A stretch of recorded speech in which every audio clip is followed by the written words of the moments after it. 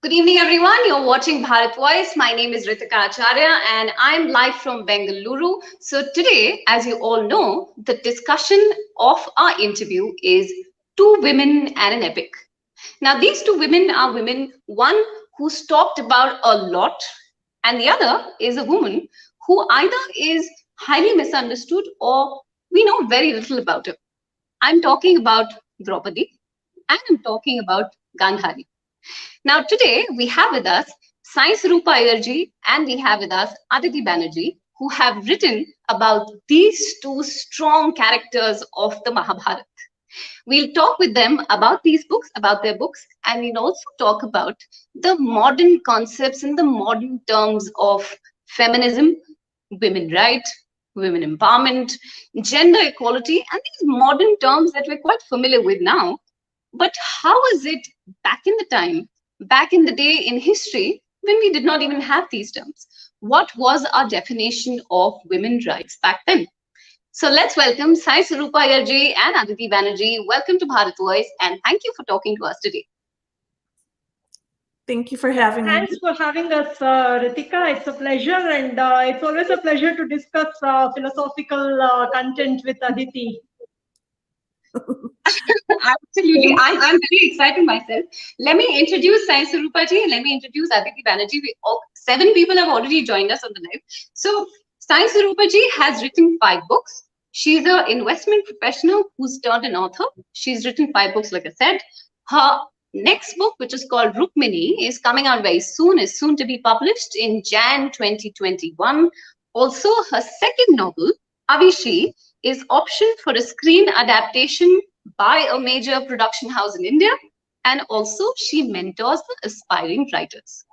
Aditi Banerjee, on the other hand, she's joining us from New Jersey today, and she is a novelist, she's a writer, she's a speaker on Hinduism in USA.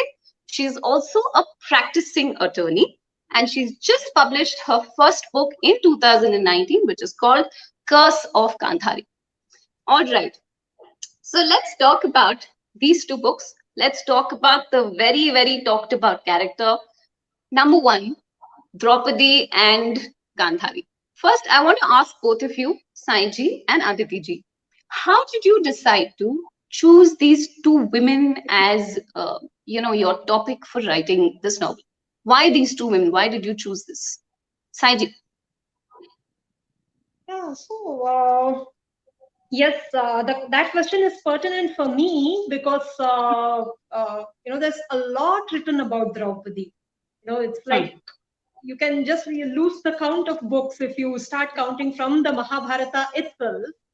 Draupadi has been explored from a lot of angles in all regional languages also, not just in English. But when we come to the modern reinterpretation of the Mahabharata, right? There is a lot of, I would not say misunderstanding, but there's a lot of incomplete understanding about what Draupadi meant. So some people say that she was a victim of patriarchy. Some people say, she's a, vengeful goddess. I mean, she was like a goddess who has come to, destroy the whole, Kaurava clan. Somebody says she symbolizes revenge. Somebody says, she's fiery, she's tasty. She asks tough questions. But each and every question, every observation is not wrong, but incomplete. Right? So my attempt was to explore Draupadi in her completeness. It would be arrogant of me to say I achieved something that others did not. But my whole attempt while writing Draupadi was, to see her as an empress. Right? We just see her as one of the many women. We see her as a wife who has been wronged, or we see her as a mother who has lost all her sons, or we just remember her through her miseries. But I wanted to bring out the strength of Draupadi. That was that was my aim behind writing Draupadi. And that's exactly why Saiji, because I'm reading a book and I'm reading Aditi G's book as well. That is why in the very first, when you set the tone of your book, you are talking about Draupadi at the age of 10. Even though she's very young, she's still a very, very strong character, and she's very commanding with her brothers as well, and even with her father as well, right? Yeah. Okay, Aditi ji, please tell us, how did you choose this topic? Because honestly, I was researching and I was trying to find out about Gandhari, what all has been written about her. And sadly, we have very little information about her. Yes, there's very little about her. I'll start with why personally I've always been fascinated by Gandhari. So as a child, when I first read about this idea of a woman who blindfolds herself when she realizes her husband is blind, and it's an act of devotion, loyalty. Wow, that's so romantic. The way I see it in a very innocent, naive way. Then growing older, it was a question of, this is the typical questions that get asked about her. Should she have kept herself, her eyes so she could help her husband, her kingdom, be a better wife, be a better queen? Could she have been a better mother? And those kind of questions. And what became interesting to me is everyone always talks about Gandhari as, well, either she was good or she was bad. So she's definitely not a heroine. But then she's not a villain either. And I think we become very uncomfortable with the complicated female character who isn't easily typecast into one of these roles. Whereas when it comes to someone like Bhishma, who I think she has very interesting parallels to, we're very comfortable with the idea that he was very noble, he was so great, and yet because of his actions and decisions, the whole war started. And in some ways, he's responsible for the line of succession failing and everything that happened, and he was stubborn. But we don't blame him for that the same way we kind of blame Gandhari for being stubborn and blindfolded herself and things like that. So that became interesting to me. But just the idea of this woman with very strong will, when she knows that Kunti has given birth before her, she actually strikes her belly so hard that the fetus comes out. And all of those things were so fascinating. So I wanted to look at the story through her eyes and without judging her, because I still get that question of, was she good or bad? I just think that's not the right question to ask. So I just wanted to have a nuanced view of her, like through her eyes, and not judge her.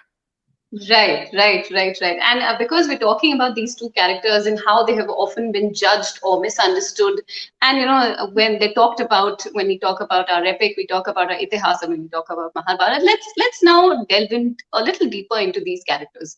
So Saidi and Aditi ji, I want to ask you, let's start with Draupadi. Of course, we all know the whole episode of Draupadi is talked about, written about, is often a very, very strong discussion, even till now in our society. And obviously, seeing what we see in the news nowadays, it becomes a very, very heated sort of a discussion as to how were our women treated back then? How are our women treated now? Do you think that there is a sense of shame that has been put into the minds of people, a sense of guilt that still exists in the minds of us Indians, us Bharatiyas, that this happened, and how do we come out of it?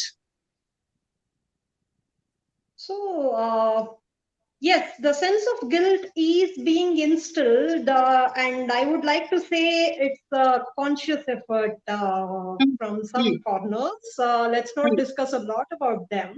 The tragedy is that a lot of Indians, the Bharatiyas, who are not aware about the epic, fall for those, the propaganda part of it. So once you reading the original epic, right, be it the critical edition or the Gita Press version, whatever, the Kumbakonam edition, and any edition of Mahabharata, once you read it in its completion, there's a lot of empowerment. You feel a lot empowered from within, and a lot at peace within, because you get to understand that a 360-degree understanding you attain of the incident, whatever incident that you are exploring. So coming to the dice, the game of dice, a very fateful. Yes, there are lots of incidents which we wish had not happened, but through those incidences where we know that our ancestors were tested and they withstood those tests, right? And I'll take a little bit of time here. Coming to Draupadi, right? It is, we have to understand that she was the heroine of the dice scene, the whole Dyuta Parva. She was the heroine. She was not the victim. Yeah. Because, if you see that, the chronology of events is that the Pandavas are invited for the dice game. In that Sabha, Yudhishthira is challenged for the game. He, as a Kshatriya, he cannot say no to the game. Right? He has to accept it. But before he accepts it, he warns Duryodhana what can happen. Once a game goes bad, what can happen? The relationships can soar out, and that can lead to anywhere. God forbid, God forbid, a battle happens. We don't know how many more lives will be involved, and where the anger, the rage. We won't have a control over it. And all this you're doing just for some, for some additional kingdom and some increased treasury. Is it worth it? So please take back your challenge. But then he gets, Shakuni Shakuni says, okay, you just newly become an emperor and you're so attached to your power that you don't want to lose it. That's what makes him accept the game. And, the fate was loaded against him. He loses his, all his wealth, his kingdom, his brothers, himself, and at last Draupadi. Right? Now there is no justification of whether it's right or wrong. If you ask Yudhishthira himself, he wouldn't be supporting himself. Yeah. But what happens after, Draupadi enters is that she reverses the whole situation.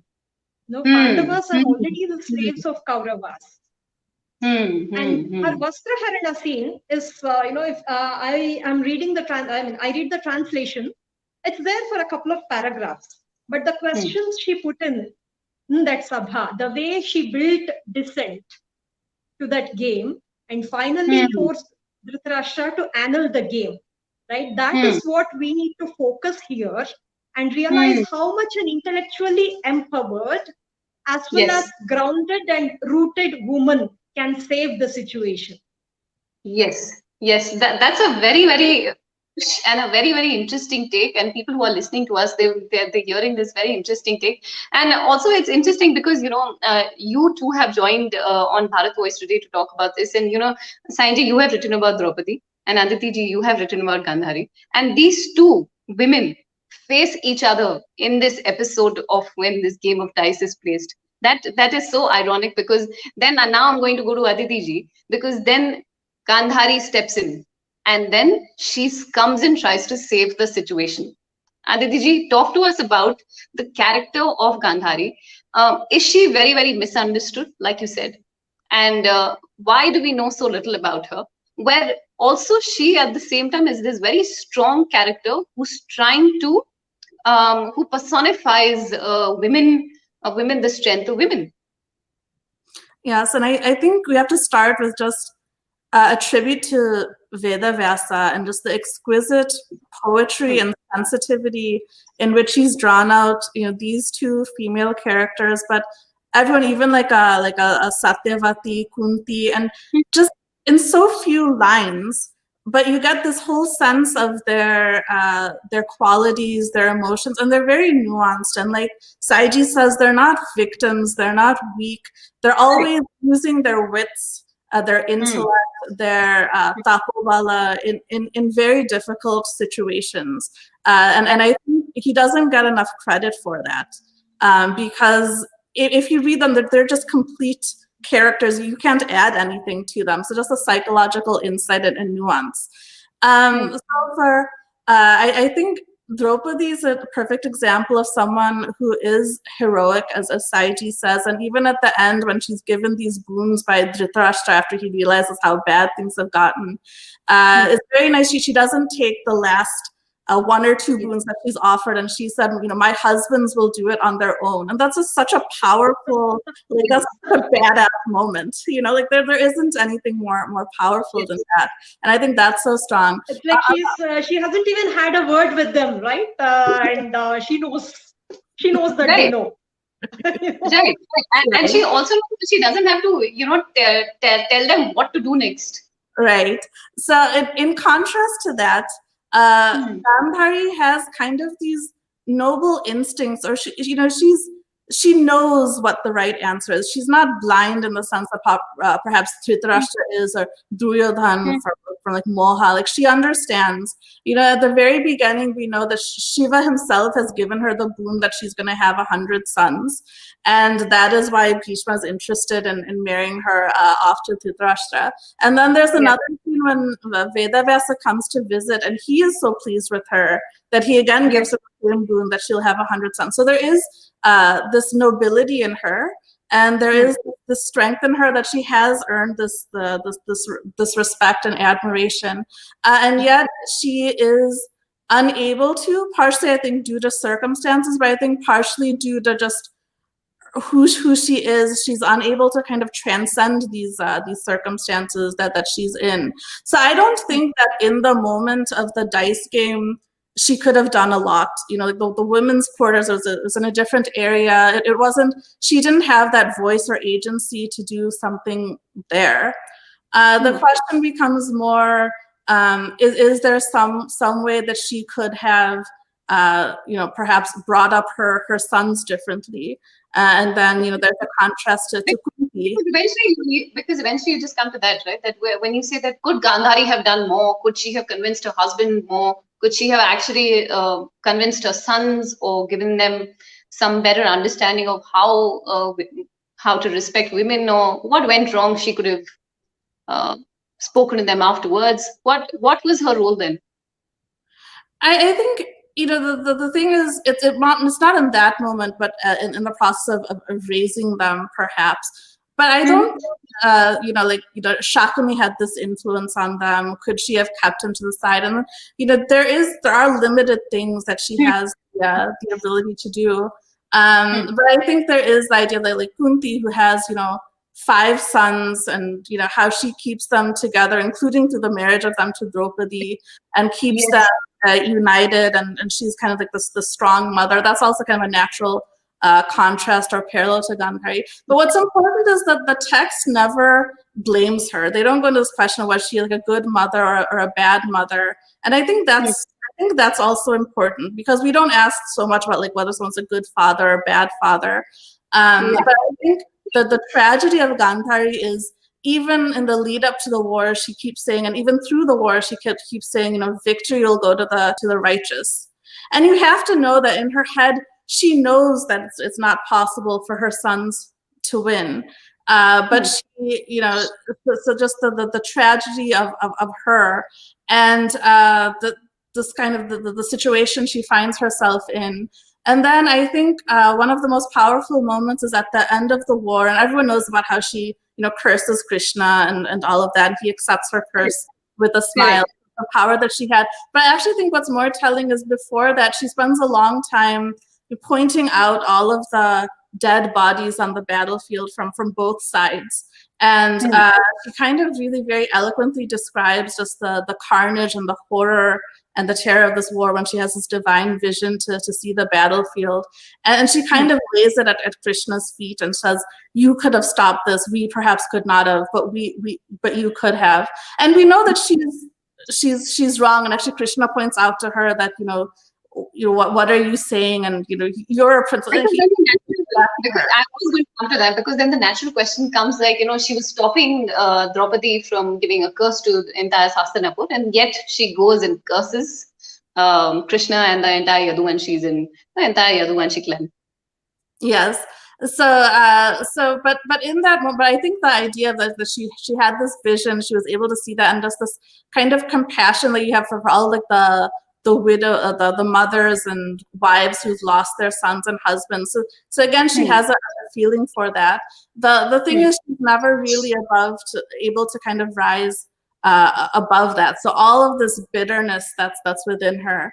And there's a very moving scene when after the war is over, and then the Pandavas come to her, and Yudhishthir steps in front of her, and just like a little part of his toe she can see through the corner of her blindfold, and it immediately blackens, and he becomes so scared he actually jumps back.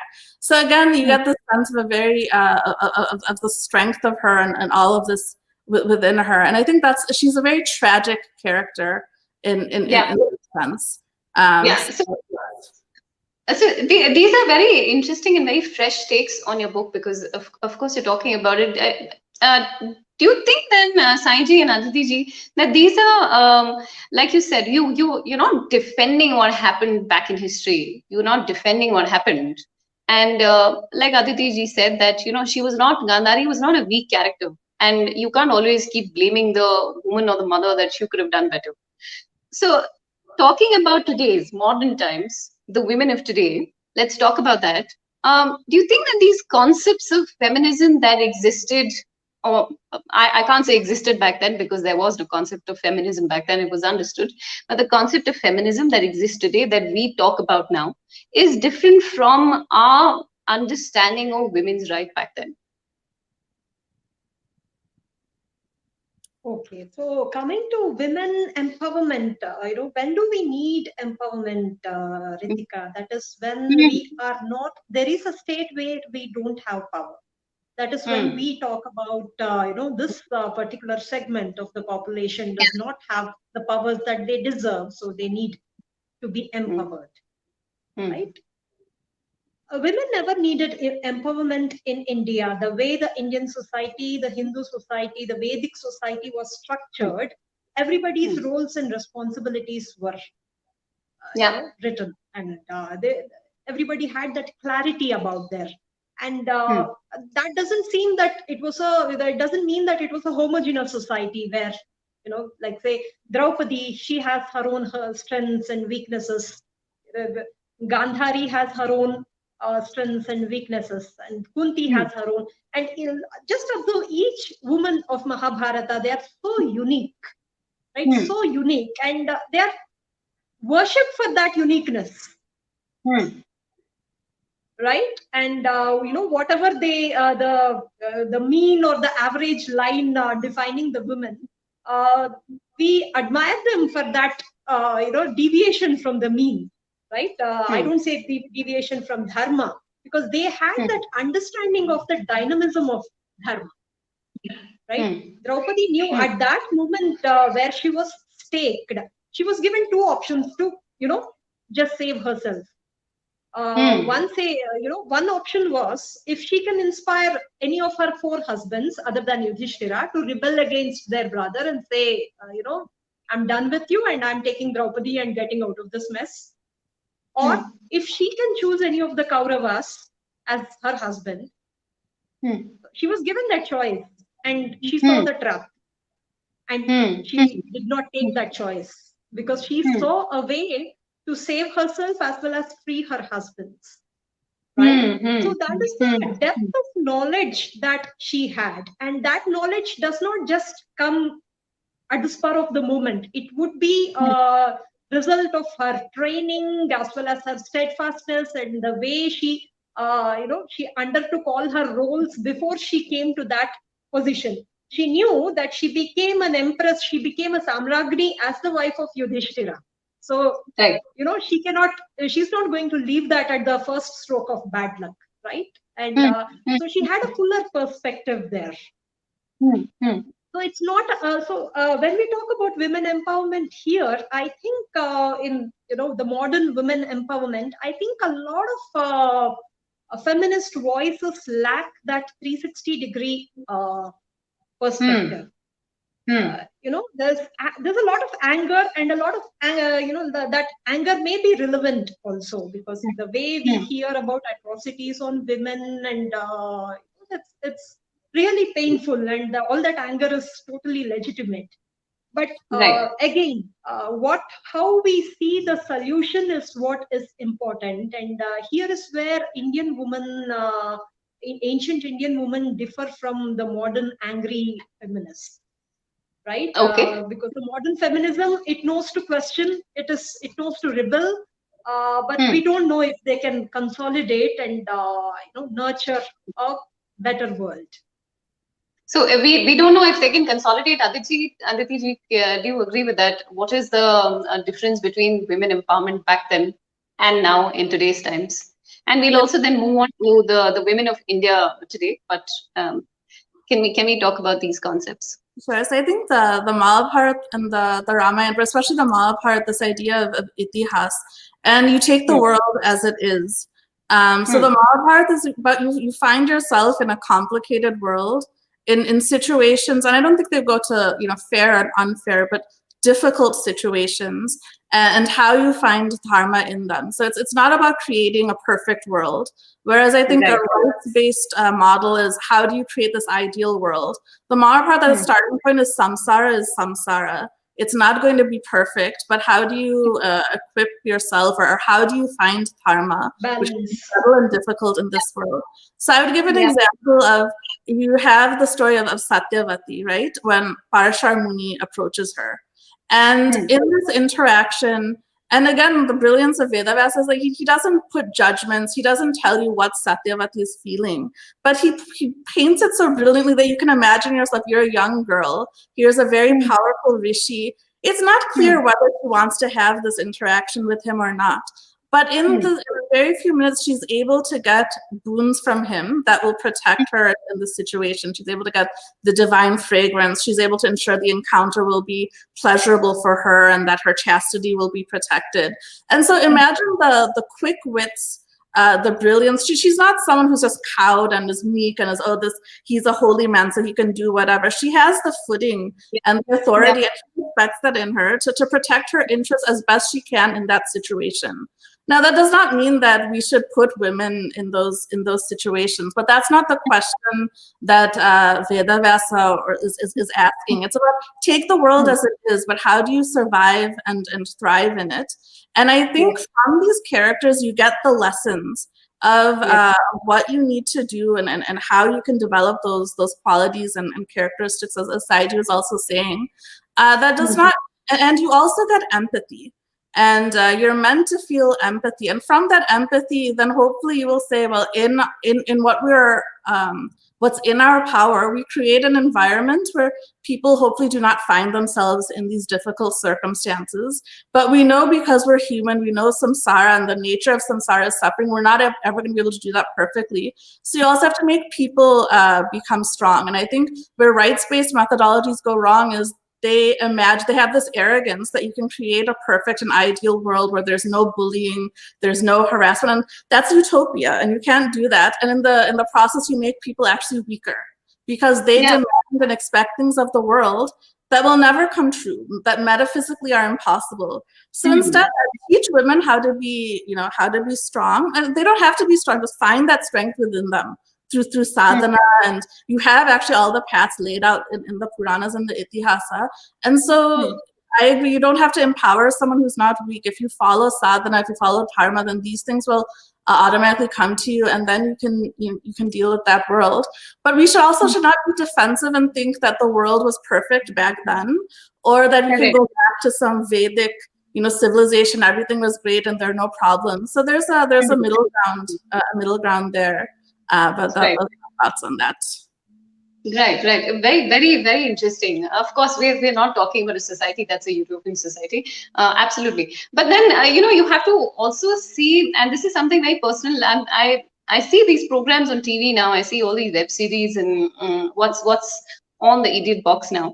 Do you think that there is a representation which is always on the extreme end? Either there's a representation of a woman who's strong, independent, and women coming together and talking about something which is very, very personal. They'll be talking about their own personal lives, their own sexual life, or women, on the other hand, extreme end, who are talking about how she's such a doting mother, and she'll do anything for her son, and she'll do anything for her husband, and she'll be in the kitchen all day long. There are these two extreme portrayals of women, and there's no balance. Where is that balance? Do you think there's something that we're missing, Saiji, and then Aditi?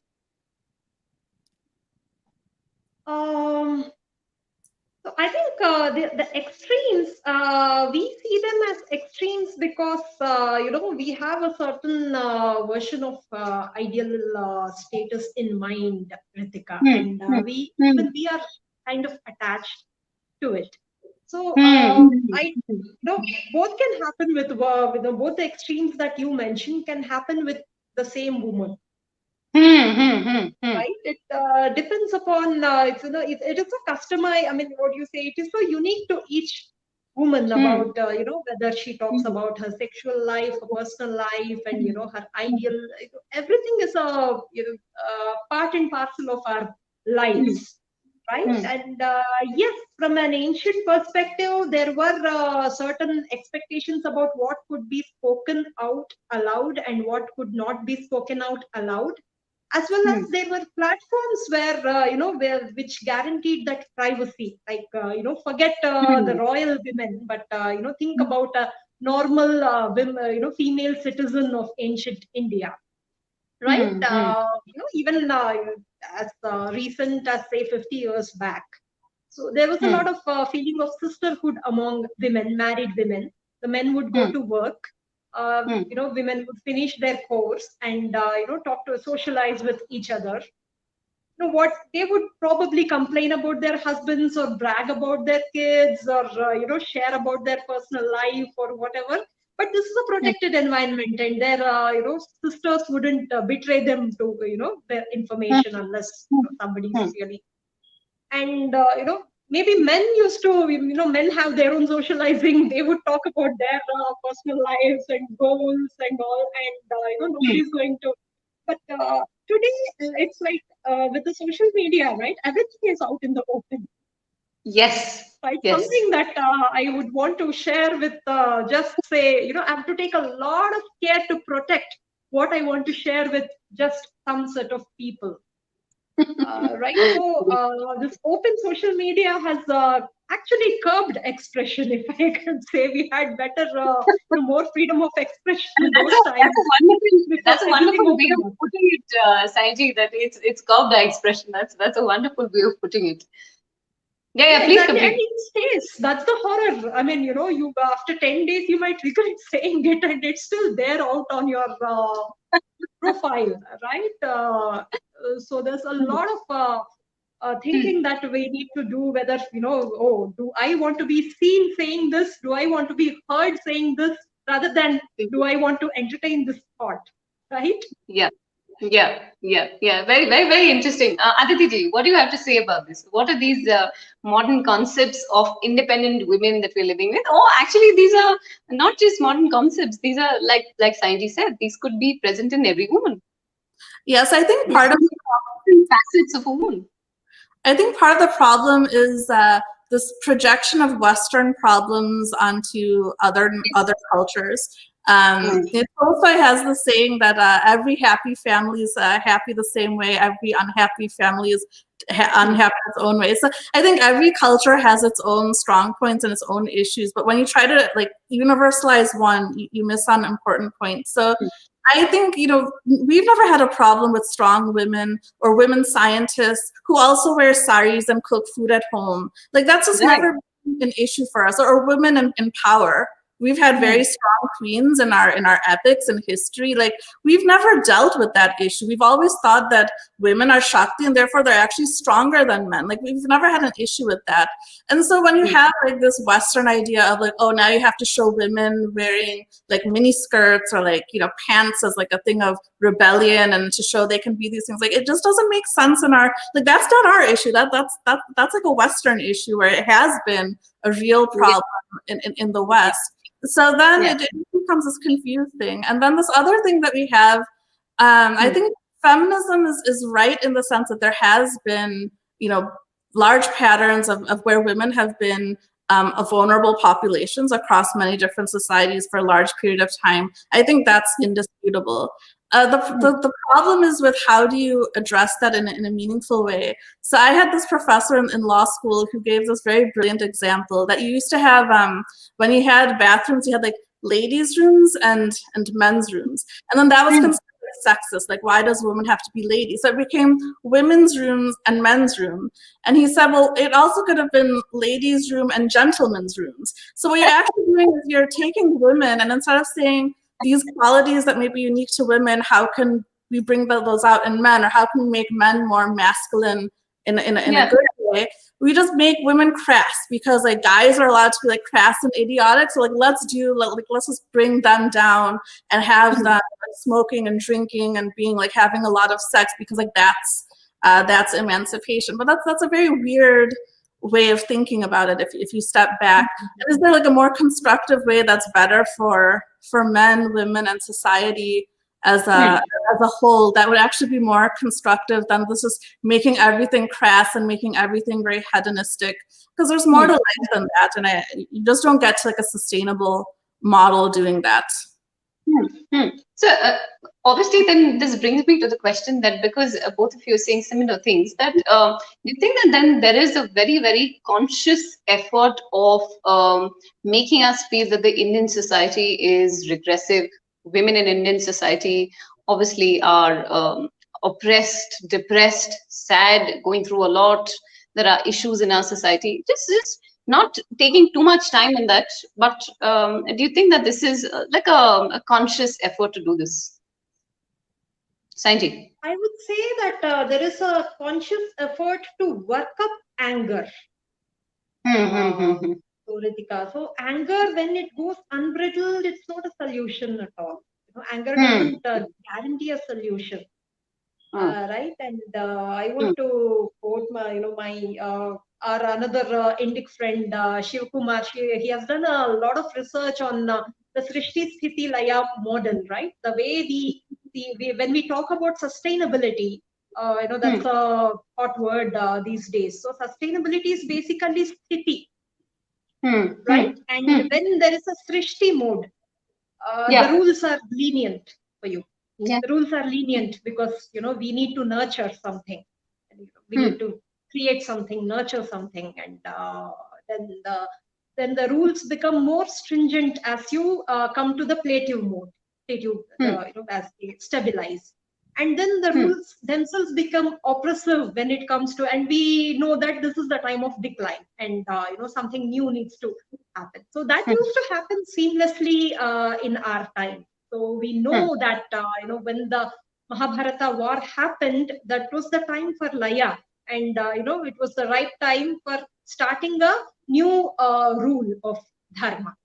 Right. So all the codes of war, all the because people have that cynical attitude as to even Pandavas broke dharma and all that, but all rules come to a moot when you follow when there is laya happening, and all rules they become lenient when there is srishti happening. And so when we talk about sustainability here, we have to realize that we want that sthiti, or we want that state of balance, right? A lot of balance need to happen. I think India now is having that puzzle between srishti and sthiti. There is at one, on one side you want very lenient rules, right? And on the other side, you are not ready to give, ready to nurture that. I think you're just working up anger and getting working on outrages, shifting from outrage to outrage, and there's not enough construction happening. So you are not entitled to the lenient atmosphere of Srishti. You're not entitled to it when you are in that Laya mode, or even in the Sthiti mode, right? And you will never get that Sthiti or sustainability when you are in that angry state, and wanting that Laya state. So I think that anger is being, Then Sanji, how will that sustainability come?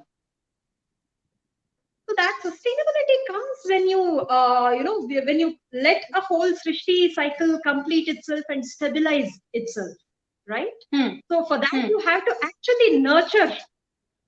We have to leave our anger and nurture something. Whatever you want to like you want to work on women's education. You want to work on say whether there's a balance, gender balance in say corporate. Boards, the senior leadership, or whatever, wherever you seek out that balance, we have to work on nurturing. rather than always blaming and taking that liar mode. So okay, everything is patriarchy, everything needs to get destroyed, whatever, organize, agitate, and destroy everything kind of anger, right? That is that is unhealthy for sustainability. Yeah, We never yeah. we just forget about gender balance. Any kind of balance cannot be attained with that level of rage. Yeah. Aditi ji, anger is not bad, but we need to nurture it. Do you think that the anger is not getting channelized now? The idea is getting lost somewhere because you said these concepts are eventually being brought from the West. What do you have to say? Yes, and I want to be careful here because I think it's true. There are some agenda-based voices. There are some things that are problematic. You shouldn't just accept things as a whole, but it shouldn't become something where we become defensive. Because I think there are issues, and I think it's not a bad thing. I think to stay fresh and then to stay not stagnant, you have to ask hard questions of yourselves as a culture, as a civilization, as individuals. So for example, one thing I would say that I have appreciated in the West and what it's like diversity and inclusiveness, when I was growing up, I took it for granted. Aditi, I'm really sorry. I'm just interrupting you just for a second. So there is a question that has come in, and that's very close in line to what you're already talking about. So I'll just take the question. So you're already answering it. This question is by Vijay Raghavan RG. He's saying, how do we counter the narrative that is set saying that Indian academia portraying Indian women are regressive and the West telling us women are regressive? You're already answering. Please go ahead. Okay, so I wanted to start with that. So when I was growing up, I'd watch a movie, and I was very used to the actor's name comes first, and then the actress's name. And what that meant is that the hero of the story is always a guy, and then the woman always plays a secondary role. And now a lot of that is flipped. I don't think that's a bad thing to ask. I think in our case, if you see, we actually, like as we're talking about, the Mahabharata already has a lot of strong female voices and things like that. But I don't think we should become so defensive that we're not going to ask ourselves questions like that. I think there are ways where you can go about it, where you can preserve. I think there's a lot of value in having feminine and the masculine, and not trying to blur the difference between the two. That doesn't mean women has to be wholly feminine or a man has to be wholly masculine, but just for balance overall, there are complementary qualities and things like that. So you shouldn't try to erase that. So one very interesting thing is there was a study done that women are very bad at negotiating for themselves when it comes to salaries and things like that. So women are chronically underpaid compared to men, at least in the West, but I wouldn't be surprised if that happens elsewhere too. But what that same study found is that if a woman is negotiating for her team, she will actually be more effective than men, because women are kind of thinking of like their families, or they're thinking of the whole, and therefore when it's not just thinking about themselves as an individual, they actually become more effective.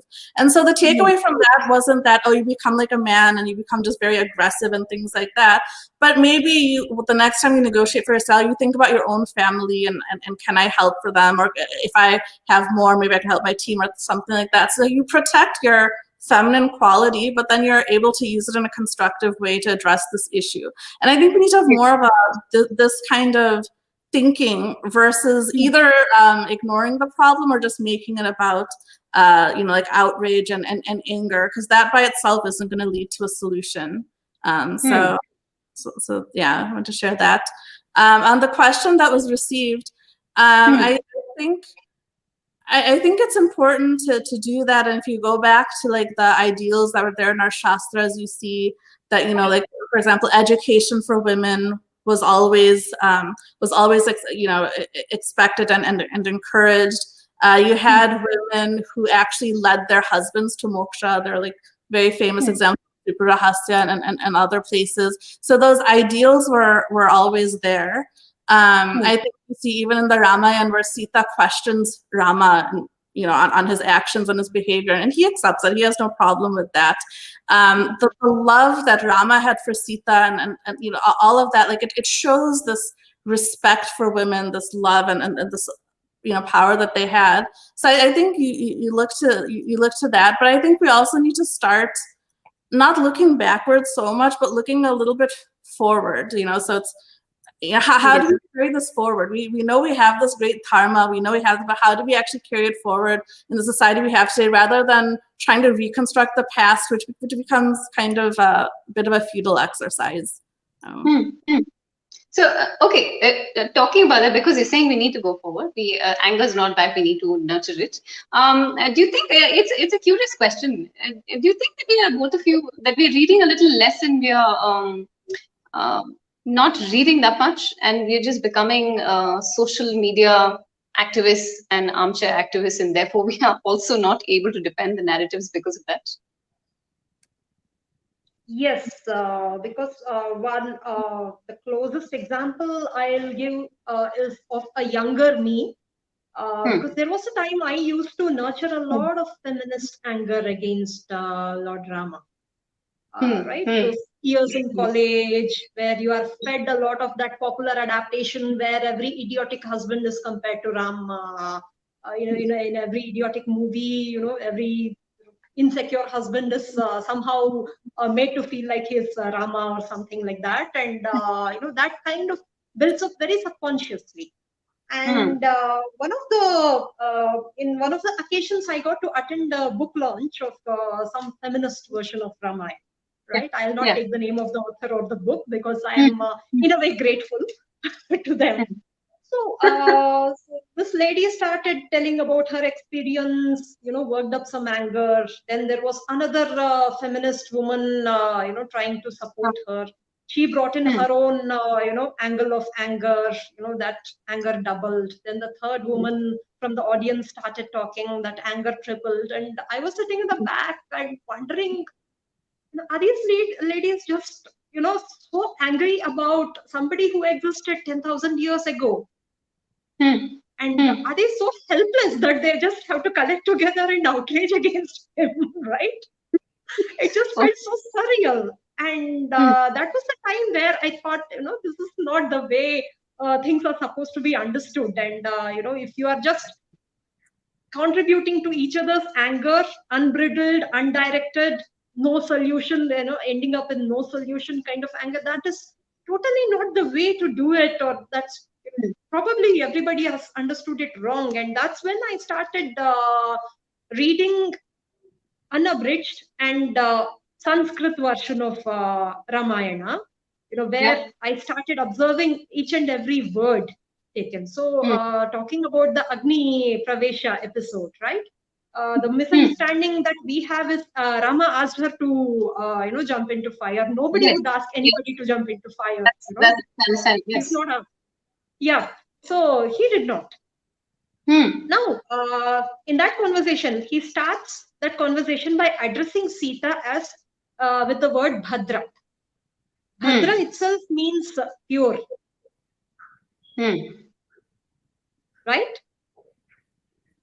So, are you pure and auspicious? Somebody who is pure and auspicious. And so, would someone begin the whole conversation by saying, my dear pure and auspicious lady, you're impure?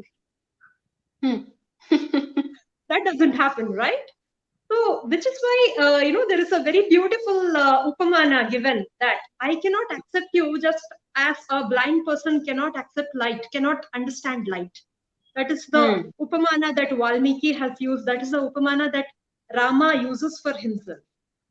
So he's representing, he gives an explanation in the next chapter saying he's not, taking the position of an exalted man, but he's taking up the position of the base society. So what he is saying is, there are segments of the society who are blind to the nuances. Man, he may be talking about the 21st century, because we are totally, there is a whole segment of people who are so, who have become blind to the nuance that, we don't see the depth of each of incidents. So it's not about defending or, it's not about outraging, defending, judging any of those people of the past, but it's about learning from them. As Aditi had pointed out earlier, it's about learning our own lessons as to You might have situations where your own may be forced to go against you, even if they don't want to, and the way you respond to it, could save or make or break the whole situation.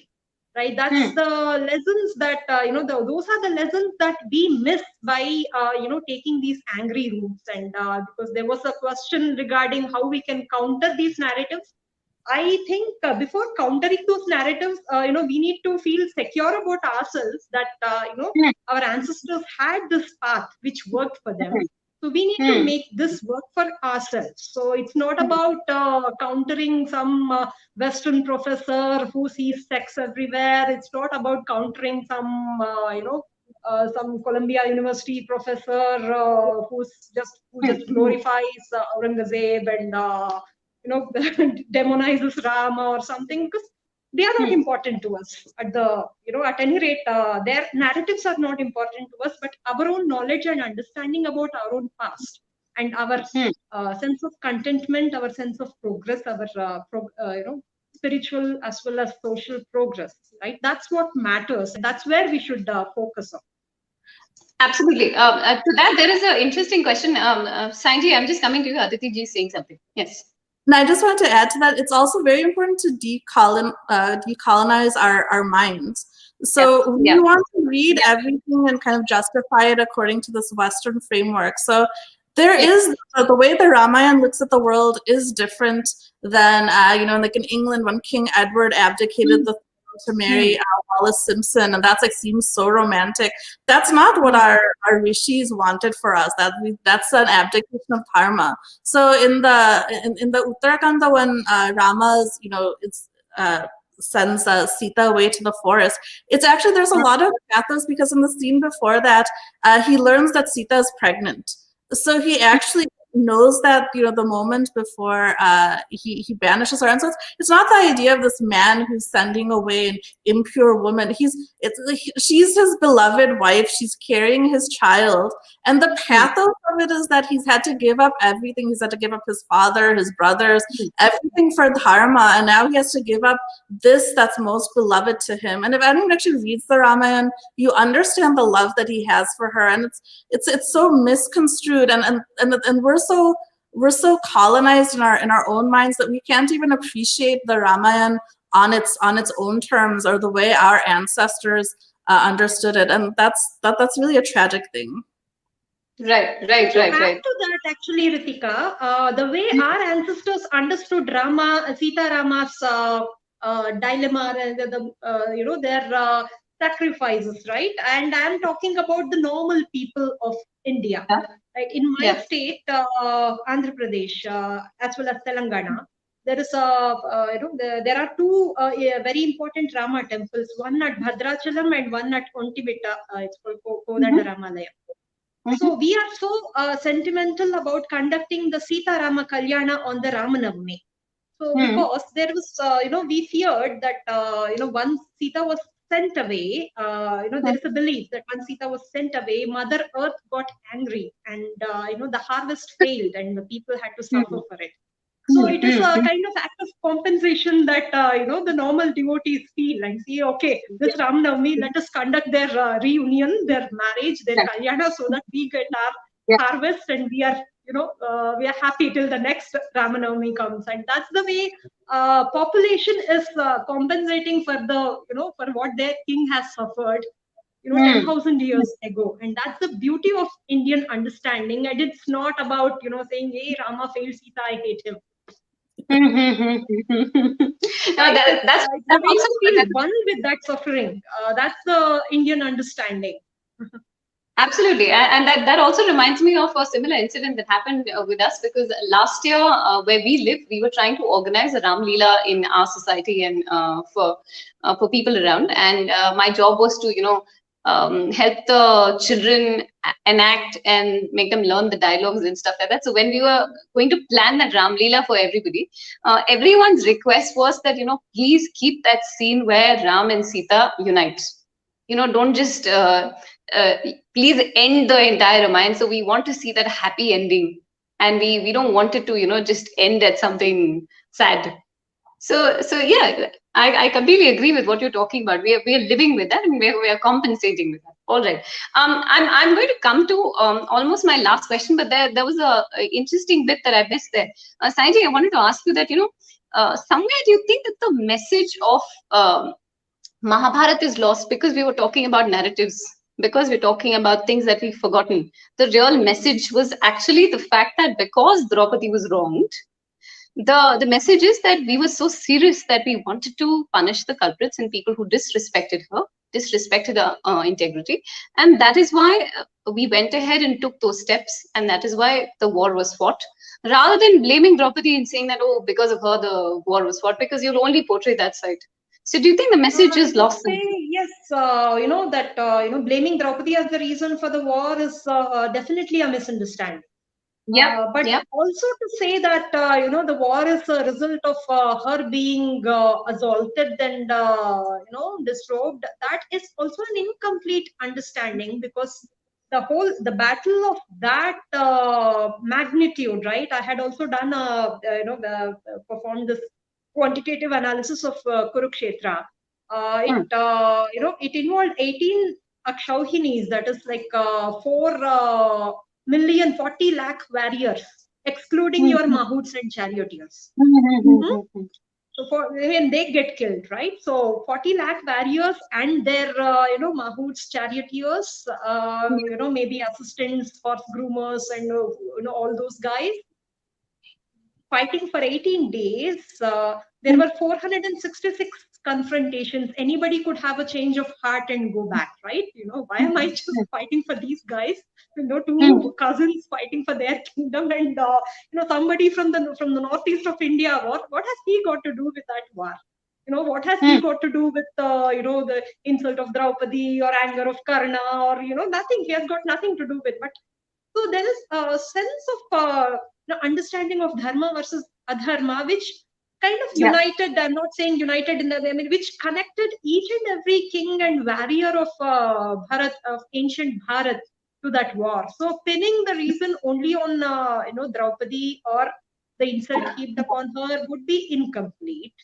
And Mahabharata, the message of Mahabharata as such is very dynamic, Ritika. So at the age of 12, when you read bulky Mahabharata, maybe of Rajaji or Kamala Subramaniam, you tend to find inspiration from, say, Arjuna or Karna, seeing the way they practiced, the way they achieved and stuff. And you come to late teens, you identify with Draupadi, her anger and all that. And when you come to your 30s, you want, you're working already, then you identify with the statecraft, the socio-political lessons. So that way, the lessons that Mahabharata gives are very dynamic.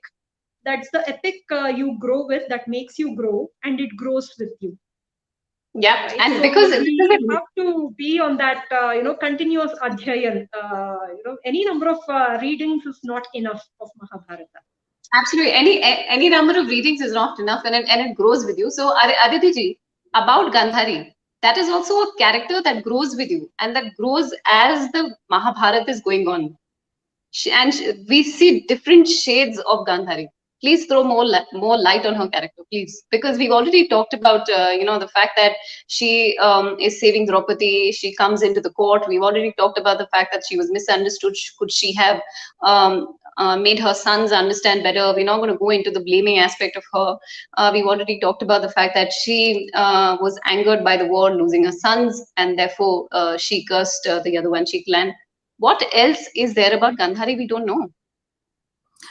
So I think it's the question I had about Gandhari is, after everything that happens, the war ends. She loses all of her sons, and imagining her living in this palace, for 15 years. I think they live in the palace with her nephews, and then just how awful that must have been for her. And then they go into the forest, and Kunti goes with them.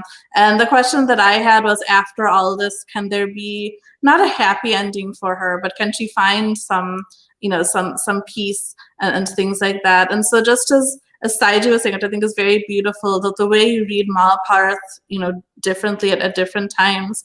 So there's the human aspect, there's the socio-political aspect, there's the dharma aspect, and then there's also the metaphysical or the sacred aspect. It's the sense of the passing of ages, a new yuga is coming, the great heroes of the earth, and on both sides are dying. The earth the burdens of the earth are being lightened. It's not like like the Iliad, where like Helen was the face who launched 1,000 ships. There's much more going on here. And so I think also for Gandhari, I started with a very, this is such a romantic, devoted character, and then it was more complicated with questions of dharma. And then at the very end, though, I think all of these people in the Mahabharata are nuanced and complicated in their own way. And there is this sense of, like Shanta, or this final kind of peace that comes at the end of it. So in my start trying to imagine that, I think it is possible to find this moment of peace or reconciliation, and the sense of the passing of time. And characters like Gandhari don't really come about much more. I think this is also an interesting question, generational question. If you have Gandhari and Kunti on the one sense, and you have like Draupadi, and Draupadi is so much more dynamic. She's able to accomplish more. She's an empress in the way that they were not really allowed to be, or could not fully develop into. So also you have kind of this passing of the torch from that generation to Draupadi and future generations. So I think that's also interesting, and you can see all of that. And I think when you think of Gandhari, there's a sense of there's a lesson for us in not being self-martyrs, and not allowing ourselves to become defined by our circumstances, or maybe she made a rash choice to be to blindfold herself, but she didn't have to be defined just by that. And taking responsibility for ourselves and finding acceptance and things like that. So in a lot of ways, we can still relate to her in very important ways today. And I think that's, again, the brilliance of Vedavasa, of like creating someone that we can still relate to in very visceral ways today, so many thousands of years ago. So I think all of that, and I think even from such a minor, in some ways minor character as Gandhari, you can pull out so many threads from the Mahabharata, and like that, every single character, every single incident is like a hologram of the entire Mahabharata. And so there's no limit to the ways and number of times you can read the Mahabharata in different perspectives, but you'll always come back to the same themes around dharma and just a worldview and the metaphysics of Hinduism, like captured in the story. So it's just a never-ending treasure trove for us, and I just hope that we all go back to the original, and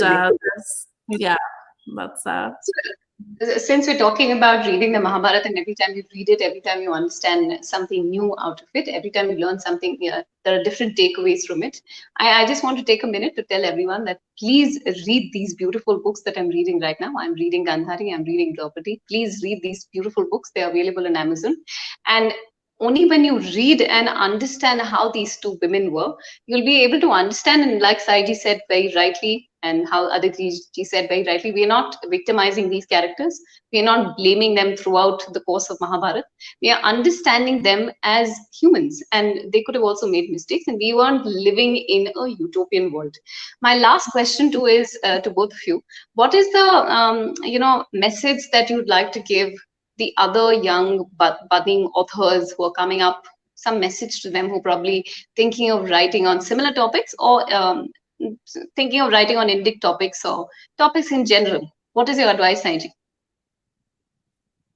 So, because I write fiction, I would, am more positioned to advise people who are attempting fiction as well.